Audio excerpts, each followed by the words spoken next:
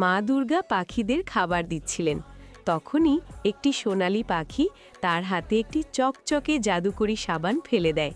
মা দুর্গা যেই ওই সাবানটি দিয়ে গাছের একটি শুকনো গাছ স্পর্শ করলেন, গাছটি নিমেষেই চকচকে নীল ডায়মন্ড হয়ে গেল এবং তা থেকে বৃষ্টি হতে লাগল। মা দুর্গা সেই জাদুকরি সাবানটি নিয়ে যেই গ্রামের গরিব মহিলাদের দিকে দৌড়ালেন, তাদের স্পর্শ করতেই মহিলারা দামি নীল ডায়মন্ডের গহনায় সেজে উঠলেন। যেই মা দুর্গা নিজের ঘরে পা রাখলেন, তার পুরে ঘরটি বিশাল এক নীল ডায়মন্ডের প্রাসাদে বদলে গেল। কিন্তু যেই মা দুর্গা ঘুমোতে গেলেন, আকাশ থেকে দুটি বিশাল আগুন ওগরানো বাজ পাখি নিচে নেমে এলো। তারা ঝাপটা মেরে মা দুর্গার হাত থেকে ওই জাদুকরি সাবানটি ছিনিয়ে নিয়ে মেঘের মধ্যে হারিয়ে গেল। দুর্গা সেই বাজ পাখিগুলোর পিছনে পাগলের মতো দৌড়ালেন, কিন্তু আফসোস তাদের বাঁচাতে পারলেন না। এটা দেখেও কেউ লাইক সাবস্ক্রাইব করল।